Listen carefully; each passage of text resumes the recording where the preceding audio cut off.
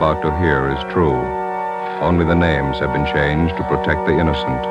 Fatima Cigarettes, best of all long cigarettes, brings you Dragnet.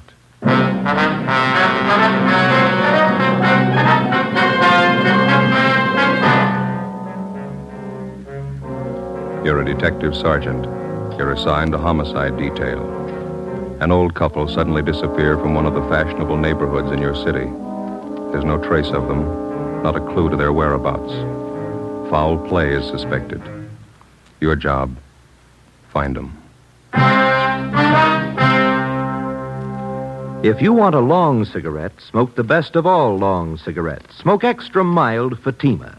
Yes, Fatima is the king-size cigarette which contains the finest Turkish and domestic tobaccos superbly blended to make it extra mild, to give Fatima a much different, much better flavor and aroma than any other long cigarette. That's why Fatima has more than doubled its smokers coast to coast. Enjoy extra mild Fatima yourself. Best of all, long cigarettes. It's wise to smoke extra mild Fatima. It's wise to smoke extra mild Fatima.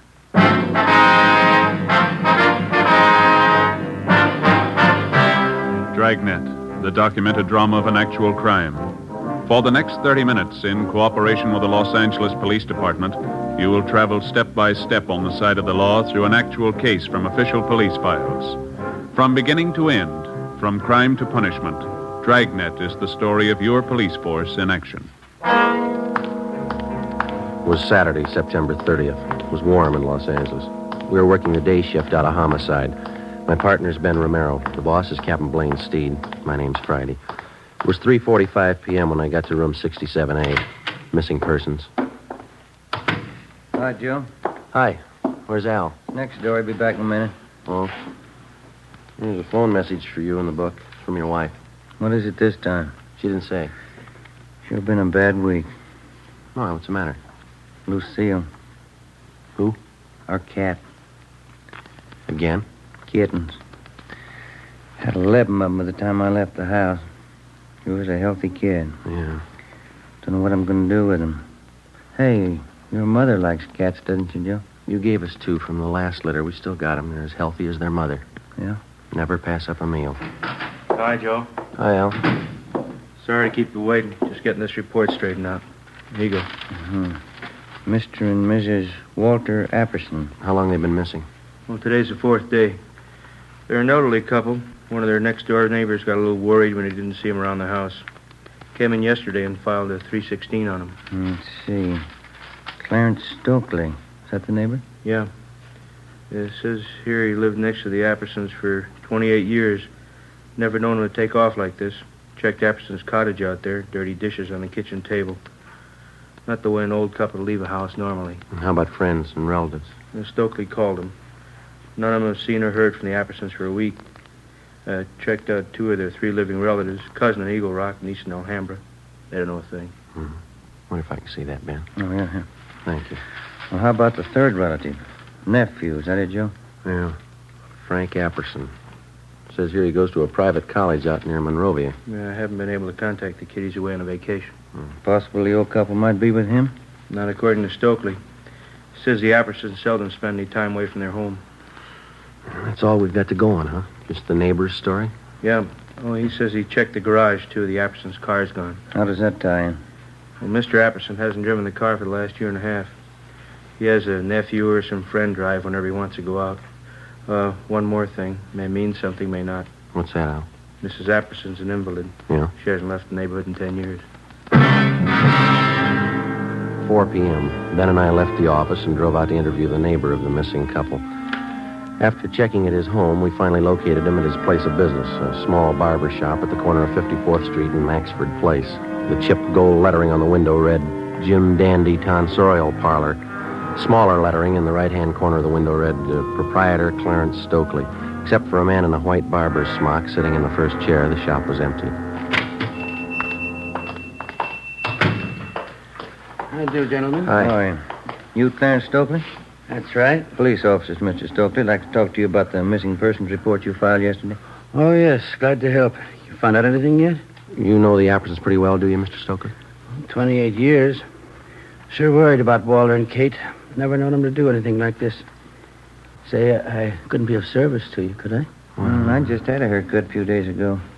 How about you, Joe? Looks like you could stand a trim. We could talk it over while I cut your hair. Don't think we'd be disturbed. They still look well. Yeah, okay, fine.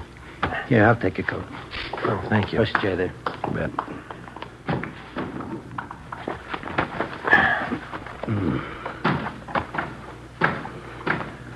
Mr. and Mrs. Apperson didn't mention anything about going away on a trip, did they? Not a word. That's what makes it so strange. Here, let me fix this around your neck here. Oh, yeah, thanks. Play cards with them twice a week, usually. Katie Apperson's a fine whist player. Want me to take some off the sides here, officer? Yeah, please. Not too much, though. When did you first notice the Appersons weren't home? Tuesday night. We thought we might go over and play some cards. I see.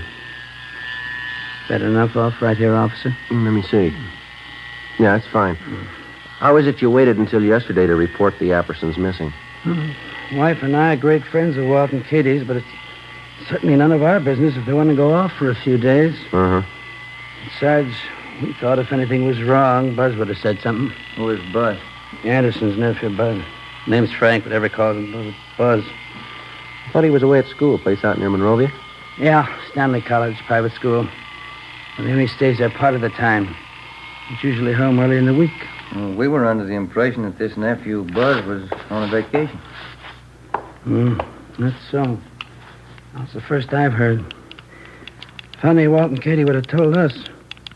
Oop, Apple. No, it's all right. Skipper's little doll. Head down. You, think the nephew might account for the Appersons' car being missing? You think he might have taken it on his vacation? Possible, I guess, but I think Walt would have mentioned it. That car was old, but he was particular about it. Mm-hmm. Maybe fit it out on top here a little? All right, fine. Do you know the nephew at all? Pretty well. Nice young fella. He got along with his aunt and uncle all right, did he? Yes, indeed. Buzz loves them both.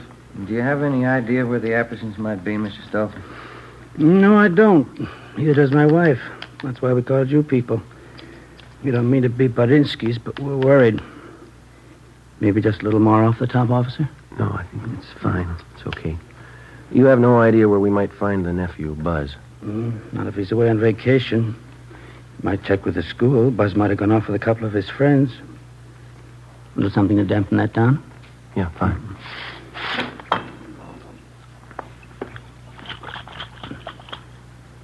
Yeah, that porch light of theirs been burning for 3 nights and 3 days. It really kicks up the old electric bill. Maybe the Appersons may have overlooked it. Huh? Maybe. All right, sir. Yeah, it's a good-looking haircut if I say so myself. Yeah. It's fine. Oh, here you go. Thank you. Oh, here's our card, Mr. Stokely. We'll be checking with you. Bye.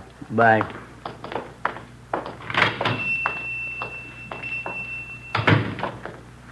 Can I borrow your comb? Barbara never combs your hair right. That's not going to help you. Huh? It's the way he cut it. What do you mean? He put the part on the other side.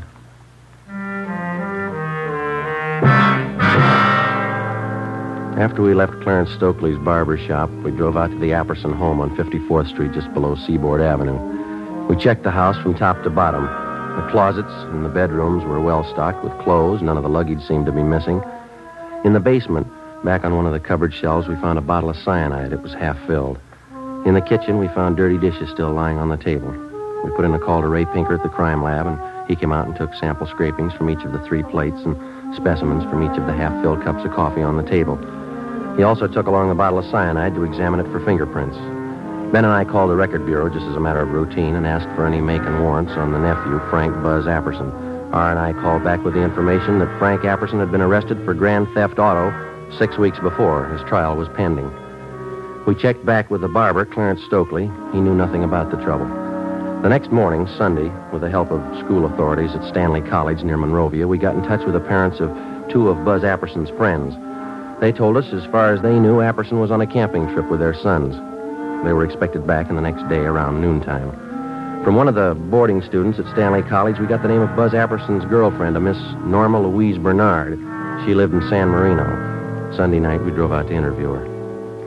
I don't know what I can tell you, Sergeant. Buzzy's on a camping trip with two of the fellows from school. That's all I know. When did he leave? Do you know, Miss Bernard? Last Monday morning, they left from school, said they'd be gone for a week. They're coming back tomorrow. Mm-hmm. You know Buzz Apperson pretty well? Yes, I do, as well as anyone, I guess.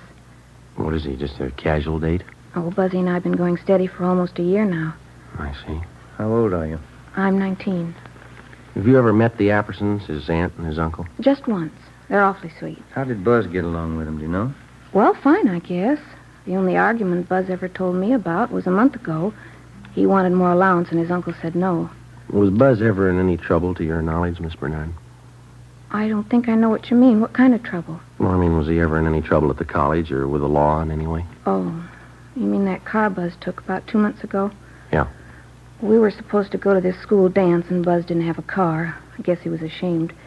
He said he knew the fellow he borrowed the car from, but the day after the dance, the cops came. How did his uncle react to that? Well, there was a terrible row, Buzz said. I really shouldn't be telling you. Bud made me promise. How were feelings between the boy and his uncle before he left on the trip? Did he mention anything to you about that? Well, we had a date last Sunday night. I asked him how things were at home. He didn't seem to want to talk about it. The last time you saw him was Monday morning. Is that right? Yes, just before he left on the camping trip. Well, you're sure he went on that trip? Well, of course I'm sure. How do you mean? He said, no matter who asks you, I went on a camping trip. He said it a couple of times. Did he offer any explanation? No, but I knew everything was all right. Oh, is that so? How? I could tell. The way he kissed me.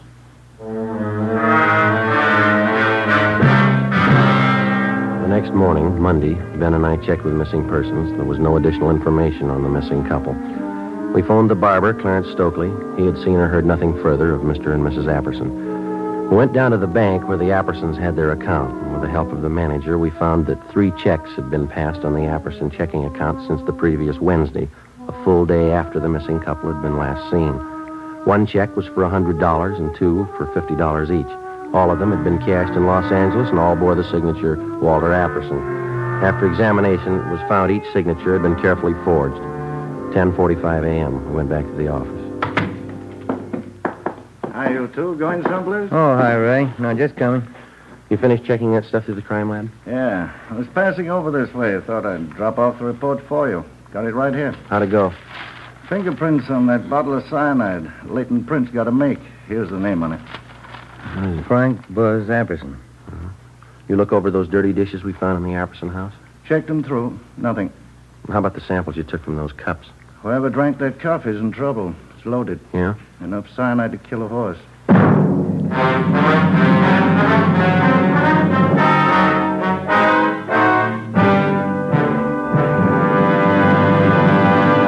You are listening to Dragnet, the case history of a police investigation presented in the public interest by Fatima Cigarettes. If you smoke a long cigarette, it will be in your interest to listen to this case history recorded by a typical Fatima smoker. Hi there. My name is Bab Beckwith. Bab, that's short for Bethany Ann Beckwith. I live in New York City, and I'm a fashion stylist. The other day, at a showing of the new fall styles, I ran out of cigarettes. A friend of mine, a designer, introduced me to the new long Fatima. I really wish someone had told me about them sooner. Fatimas are a lot milder than the cigarettes I've been smoking, and they have a delightful flavor, too. I'm very glad to recommend them to you, because I know from experience it's wise to smoke extra mild Fatimas. And more smokers every day are finding that out.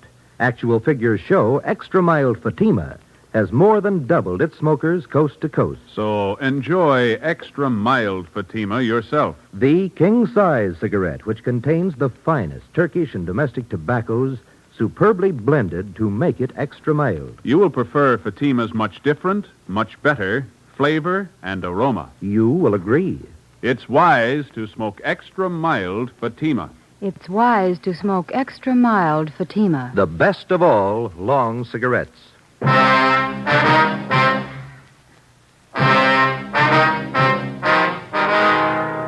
Monday, 1 p.m. We obtained a specimen of Frank Buzz Apperson's signature, and we had Don Myers in handwriting check it out against the signatures on the 3 checks. Both styles of handwriting matched in every detail. At 1:30 p.m., the parents of Buzz Apperson's two friends called to tell us that their sons were back from their camping trip. We checked the Apperson home. The nephew wasn't there. We drove out to see his two friends. Under questioning, one of them finally broke and admitted that Buzz Apperson had not gone with him on the camping trip. In the process of questioning the boys, one of them told us that he had been with the suspect 2 days before the trip when he purchased some medicine at the campus drugstore. We went to the drugstore and checked the prescription book. It showed Frank Buzz Apperson had purchased and signed for a bottle of cyanide 2 days before the disappearance of his aunt and uncle. Ben and I drove back to the Apperson house. When we arrived, the officers on stakeout had the boy in custody. No, I'm sorry, officers. I wish I could help you out, but, well, maybe it's not as bad as you think. When did you last see your aunt and uncle? Monday, before I left on the camping trip. They're in the habit of going off like this, are they? Oh, sure. Aunt Kate and Uncle Walter have friends all over. They go on trips all the time. Is that so? How do they get there? They drive, both of them. They've been driving for years. You talked to your uncle's friend, this Mr. Stokely next door. He says your aunt and uncle haven't been driving for at least a year and a half. Stokely, the barber? He's one of the neighborhood cranks, Sergeant. Anybody around here can tell you that. Minds everybody's business but his own. You don't seem too worried about your aunt and uncle. Think they're all right? Well, we'd have heard by now if they weren't, don't you think, sir? They probably took off on a trip. That's just about the size of it, I think. And how about this trip of yours? Sir? Well, this camping trip that you just come from. Oh, a couple of fellows from school. We went camping up by Big Bear for a week. Mm-hmm. Pretty good fishing for September. Ever been up there? Yeah, have you? Well, sure. I just said that's where we've been camping. Say, I'm a little thirsty. There's a couple bottles of ale in the refrigerator. Care for a bottle? No, not right now, thanks. Well, would you mind if I had one? Sure could use it. No, you go right ahead. We can talk in the kitchen. Mm-hmm. Place is in kind of a mess. I guess I'll have to go in and clean it up. Is your aunt usually leave in a hurry like this? Not usually, no. Dishes all over the place. She probably figured she'd wait till she got back to clean up. Mm-hmm. Aunt Kate does things like that once in a while. That so? Yeah, she's like that sometimes. Well, happy days. Yeah.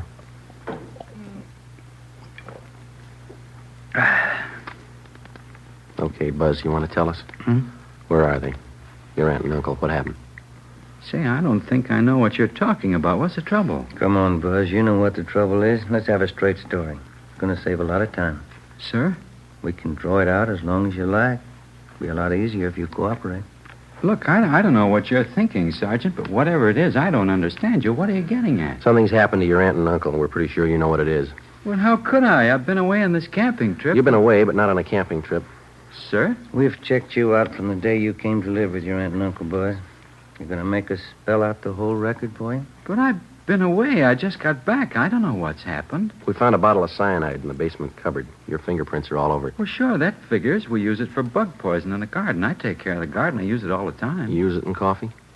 Sir? The police chemist checked what was left in 2 of the cups that were on that table there. Cyanide in both of them, enough to kill 6 people. Now, look, boy, we've talked to your neighbors, your teachers, your girlfriend, Norma, and those 2 pals you were supposed to go camping with. Now, we can drag all of them out if we have to. They're going to make a liar out of you. Sir? I think you got it the first time. Well, there couldn't be any cyanide in those cups. Why should there be? We think you can tell us that. But I can't. I don't know anything about this. I haven't any idea what you're talking about.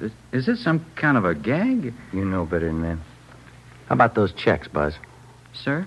The ones you forged your uncle's signature on. You need the money that bad? I didn't forge any checks. I was away on a camping trip. Dave and Willie were with me. They can tell you. You got in a row with your uncle. Maybe about that stolen car. Is that how it happened? It had nothing to do with it. I want to see Norma. I want to talk to Dave and Willie. They'll tell you. How about the man at the campus drugstore? Sir? The one you bought the cyanide from. You want to talk to him, too? Look, are you 2 fellas kidding me? This must be some kind of a gag, is it? Your aunt and uncle are missing. There's evidence of foul play. Now, does that sound like a joke? Well, how should I know where they are? I wasn't there. I want to talk to Norma. I want to see Dave and Willie. They'll tell you. Why don't we drive over and see them now? It's all right with us. Want to get your coat? Sure. Norma's the girl I'm engaged to. Dave and Willie are my best friends. They know everything about me. A couple of real nice guys. That's so? Sure. Well, let's go, Ben. Yeah. Dave and Willie have been all through school with me. They can vouch for me. Yeah? Sure. You can take their word, too. We will. 5:50 p.m. We left the Apperson house, drove across town, and headed over the Arroyo Seco toward the home of the suspect's friend, Dave Killefer. 6:33 p.m. We took a right turn off the freeway, headed south for another mile, and finally pulled up in front of the Killefer home. Buzz Apperson's friend, Dave, met us at the front door. What's it all about, anyway, Buzz? What's the pitch? Well, that's what I want to know. Look, is this some kind of a gag you guys cooked up on me? We were on the trip, Buzz. I don't know anything about any gag. What's all this about your aunt and uncle? I don't know. That's what these officers want to find out. I'd like to have you tell us again, Dave. Was Buzz here with you on that camping trip? Sure, that's why we came over. Now, tell them about it, you know. All right, let's have it, Dave. Was he with you on that trip? These officers aren't kidding, Buzz. They want the truth. Well, tell him I was with you and Willie. We went to Big Bear. We're looking for your aunt and uncle. I'm not going to lie now. You didn't go to Big Bear with us. All right, Dave, thanks. Well, he's lying, officers. Who put you up to this stunt, Dave? They'll throw you in the jug for a gag like this. Who's behind it? You're the guy who said it was a gag. You told us to tell everybody you were up at Big Bear with Willie and me.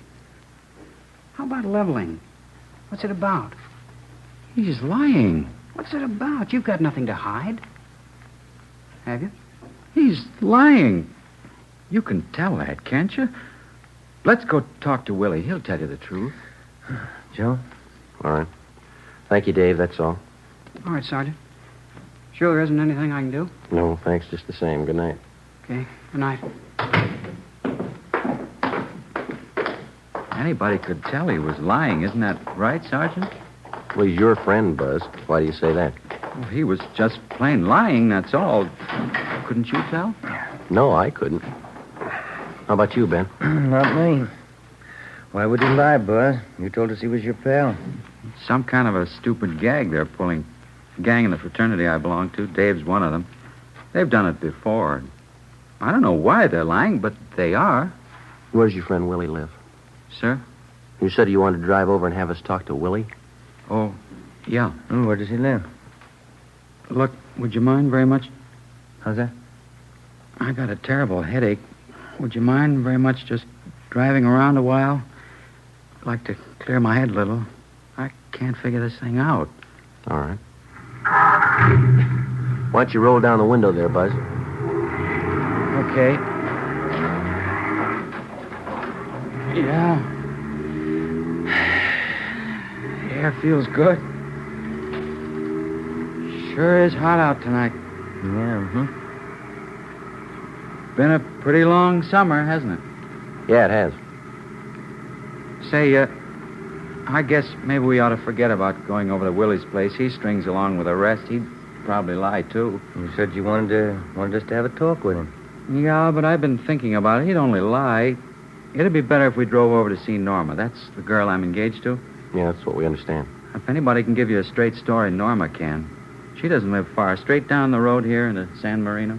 Yeah, we know. Oh. Sure would appreciate it if you'd drive over there. Okay. Norma can straighten this thing out.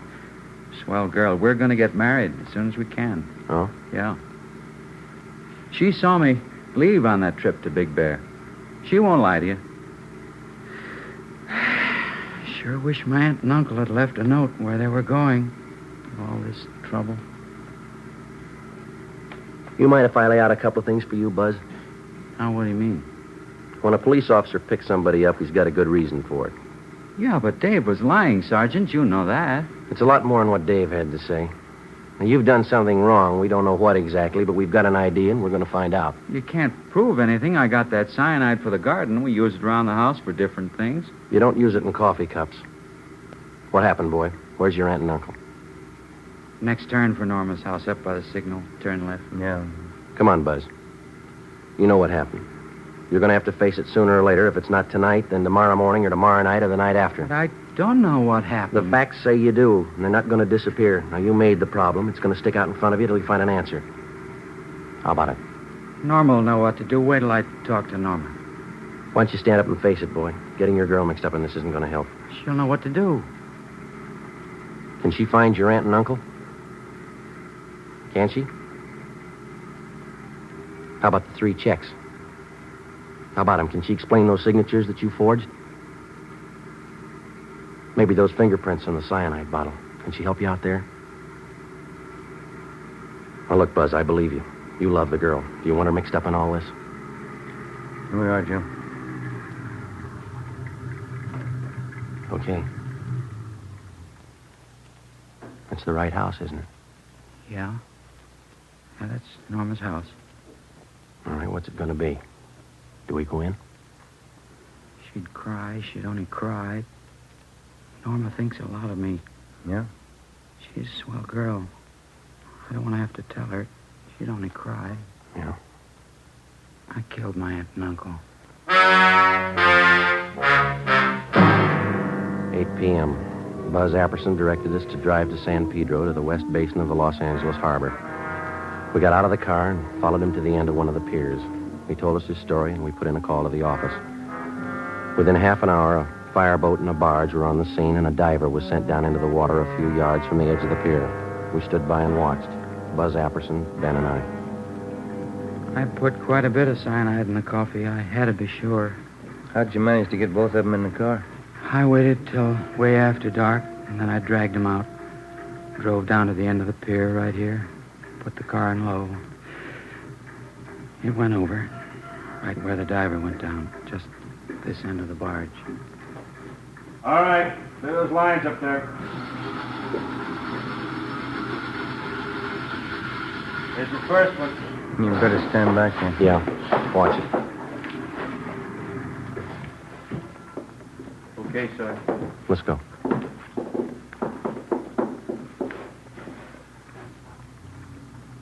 Buzz? Yeah. My aunt. Only one thing missing, Buzz. Sir? A reason. Why'd you do it? I'm not sure anymore. Stolen car trouble, I guess. My trial was coming up. All that trouble. I didn't want my aunt and uncle to go through all that. You mean that's why you killed him? I think so. I didn't want them to be ashamed of me. That must sound funny. Nobody's going to believe you. Suppose I don't. Yeah. Will it make any difference?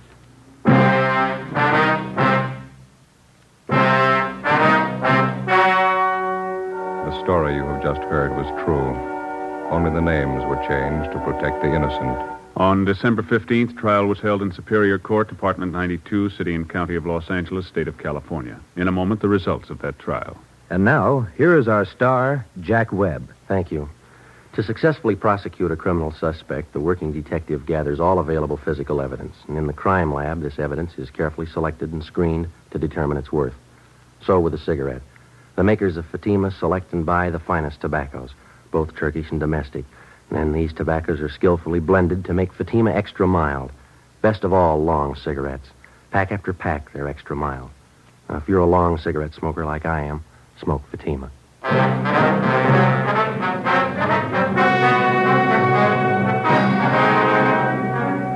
Frank Buzz Apperson was tried and convicted of murder in the first degree and sentenced to life imprisonment. He is now serving his term in the state penitentiary. You have just heard Dragnet, a series of authentic cases from official files. Technical advice for Dragnet comes from the Office of Chief of Police W.H. Parker, Los Angeles Police Department. Fatima Cigarettes, the best of all long cigarettes, has brought you Dragnet from Los Angeles. Coming up, Duffy's Tavern. Be sure to hear Theater Guild Sunday on NBC.